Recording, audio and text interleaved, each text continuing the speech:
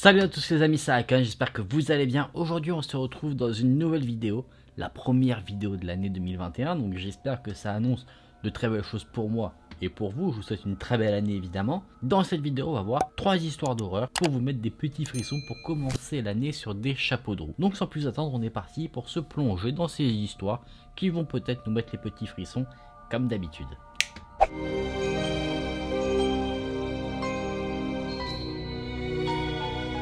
Dans cette première histoire, on va voir le récit d'un homme qui se rend dans un hôtel. Il arrive donc à l'hôtel et il se rend vers la réception pour pouvoir s'authentifier et avoir la chambre qu'il avait réservée. La réceptionniste lui donne la clé pour sa chambre et lui indique le chemin à emprunter pour s'y rendre. Elle lui indique également quelque chose d'assez atypique, c'est que sur le trajet pour se rendre à sa chambre, il y a une porte sans numéro, une chambre, et personne sous aucun prétexte ne doit s'y aventurer. Et également, peu importe les circonstances, personne ne doit regarder à l'intérieur de la chambre, notamment par le trou de la serrure. L'homme suit les instructions, il emprunte le chemin qu'on lui a indiqué et se rend directement dans sa chambre et va se coucher. Néanmoins, l'homme a quand même un peu de curiosité, il se demande pourquoi il y a autant de restrictions vis-à-vis de cette chambre sans numéro. La nuit suivante, l'homme s'aventure à côté de la fameuse chambre qu'il ne faut surtout pas ouvrir et il essaye d'ouvrir la poignée. La curiosité est parfois un vilain défaut.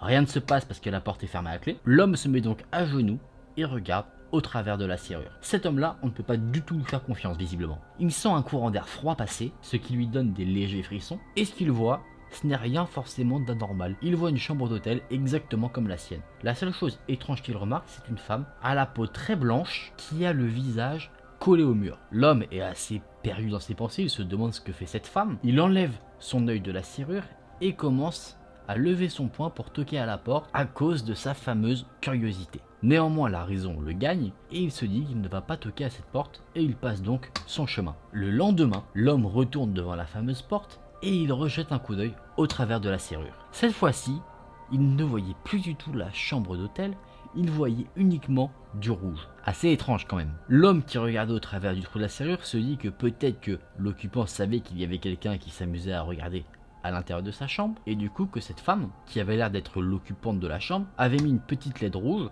pour justement masquer la visibilité au travers du trou de la serrure. Toujours aussi curieux, l'homme décide d'aller à la réception pour avoir plus d'informations sur ce qu'il se passe dans cette chambre. La réceptionniste assez agacée dit « Vous avez regardé dans le trou de la serrure ?» L'homme confirme, assez désolé bien sûr, et la femme répond donc « Je vais vous raconter l'histoire en rapport avec cette chambre. Il y a bien longtemps, un homme a assassiné sa femme dans cette pièce. Et depuis, le fantôme de cette femme hante la chambre. C'est pour ça qu'elle n'est jamais louée.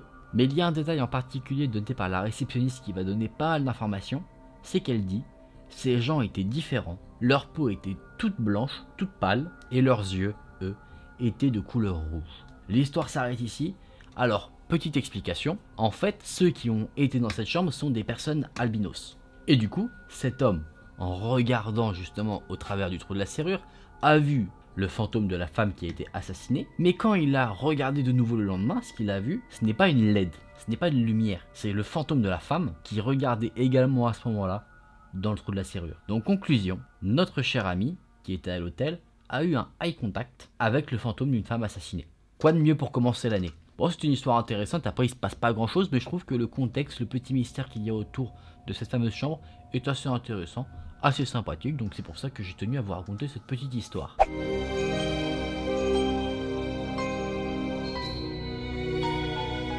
À la fin du mois d'octobre, il y a un jeune garçon du nom de Sean qui a été hospitalisé. Il devrait normalement sortir avec ses amis pour Halloween, aller chercher des bonbons, mais malheureusement pour lui, il était coincé à l'hôpital. Sean a été bloqué à l'hôpital parce qu'il devait subir une ablation des amygdales. Ses parents ont parlé à la réceptionniste de l'hôpital.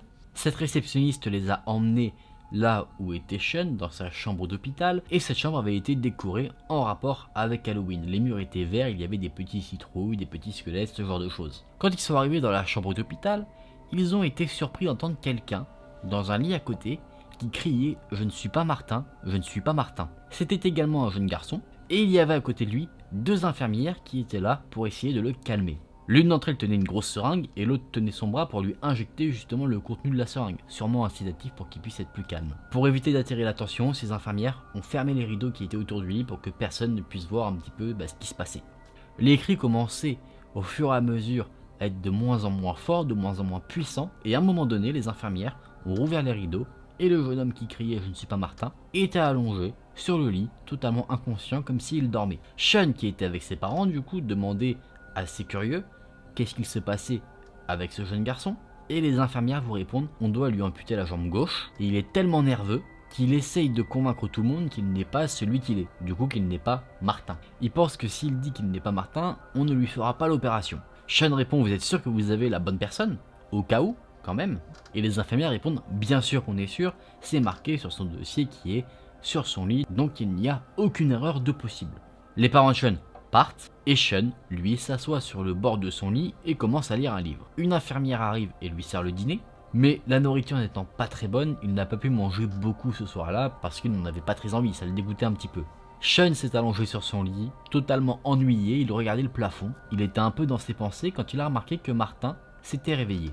Sean a dit « Salut Martin, je m'appelle Sean, je suis ton nouveau colocataire de chambre. » Le jeune garçon dans le lit commençait un peu à se toucher à la tête en lui disant « Mais je ne suis pas Martin ». Et Sean a essayé d'entamer une conversation avec le jeune garçon qui venait de se réveiller. Malheureusement sans succès, le jeune homme s'était assis sur son lit et il restait totalement silencieux. À 22 h, une infirmière est rentrée dans leur chambre et leur a dit qu'il était désormais le temps de dormir. Elle leur a dit bonne nuit et a éteint les lumières. Juste avant que les lumières ne s'éteignent, Sean a remarqué que l'autre garçon, Martin, le regardait avec un visage assez étrange. Sean n'y prête pas plus attention que ça, il s'assoupit, s'endort, mais cette nuit-là, il a fait des rêves assez étranges, qui l'ont plutôt perturbé. Le lendemain matin, Sean se réveille et il y a deux docteurs au bout de son lit qui lui disent « Allons-y Martin, c'est l'heure pour ton opération. » Sean est très confus, il dit « Quoi ? Mais je ne suis pas Martin ?» Les docteurs qui étaient au bout de son lit répondent « Les infirmières nous ont prévenus, on savait que tu dirais ça. » Sean commence à paniquer, il dit « Vous faites une grosse erreur, je ne suis pas Martin, je vous le jure. » Un des docteurs s'approche, s'empare du dossier qu'il y a au bout du lit, il regarde et il dit « Bien sûr que tu es Martin, c'est marqué sur ton dossier juste là. » Sean panique encore plus, il dit « Ce n'est pas vrai, quelqu'un a dû les échanger. » Sean commence à lutter, il est totalement désespéré, il est totalement en panique. Les docteurs arrivent à le maintenir, ils lui mettent une sorte de camisole et l'installent sur une chaise roulante. Les docteurs font sortir Sean de la chambre, tandis que Sean lui crie « Je ne suis pas Martin, je ne suis pas Martin ». La dernière chose qu'il a vue en quittant la chambre était un sourire très malsain du vrai Martin qui avait échangé sa place avec Sean. Les amis, cette histoire s'arrête ici. C'est très creepy de te dire qu'un mec qui devait se faire amputer la jambe a échangé sa place comme ça. Après, là où je m'interroge, c'est est-ce que c'est un plan qu'il a prévu depuis le début, de crier comme ça, je ne suis pas Martin, je ne suis pas Martin, pour que si quelqu'un crie ça, alors que c'est vrai, les gens ne le croient pas. Ça, je sais pas du tout, je suis assez dubitatif sur tout ça. Mais bon, pauvre Sean, qui va subir cette erreur, ça doit être vraiment très horrible à vivre. On n'a pas une histoire d'horreur ici vraiment qui fait peur comme ça, parce qu'on a des monstres ou quoi que ce soit, ou un tueur qui nous suit. Mais vraiment, ce qui me fait peur, moi, c'est de me retrouver dans cette situation. T'imagines, toi, à part une opération des amygdales, tout va très bien. Et à cause d'erreurs médicales, de la manipulation de quelqu'un, tu peux te faire amputer une jambe comme ça. Je pense que personne ne voudrait être à la place de Sean à ce moment-là.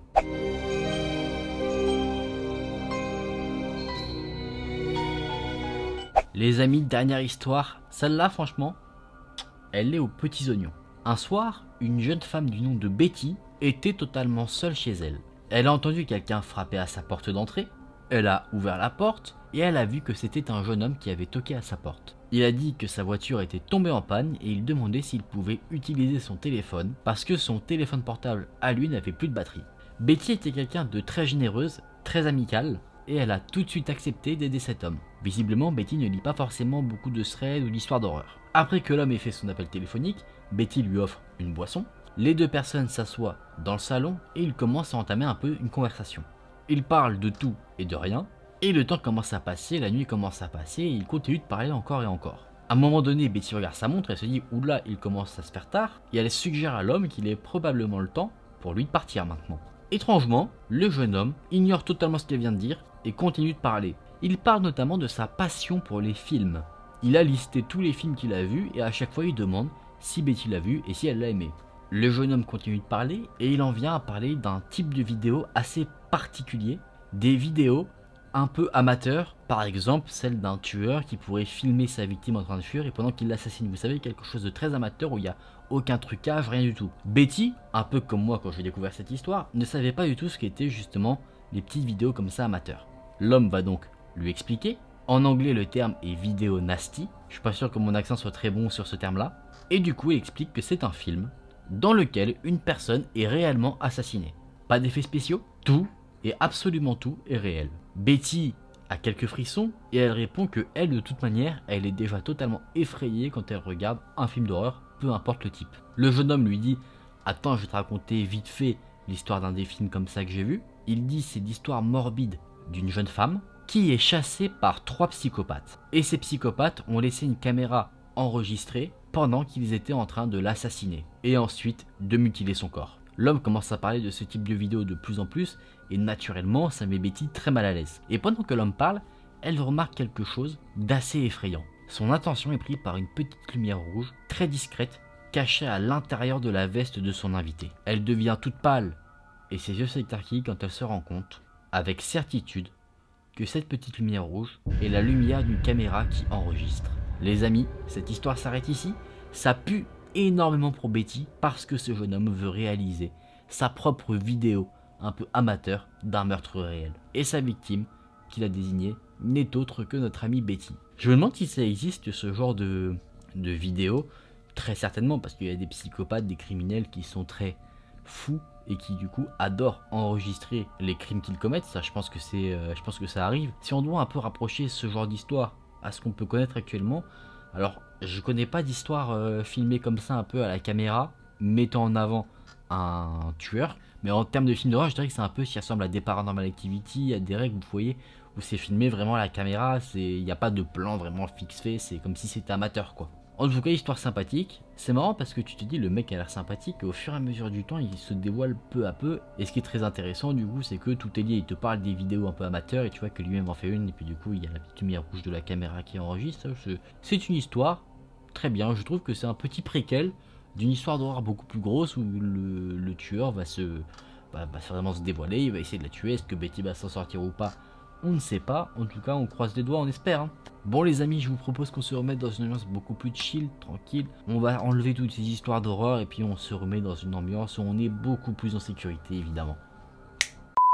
Des bien belles histoires pour commencer l'année, n'est-ce pas? Moi personnellement, j'ai aimé vous la raconter. C'est pas les histoires les plus terrifiantes, je trouve, que j'ai pu raconter en histoire d'horreur, mais là où je trouve qu'elles sont très bien, c'est que c'est justement des petits détails qui font les différences. Je trouve qu'elles sont assez bien écrites honnêtement, et du coup c'est très plaisant déjà à lire mais aussi à raconter.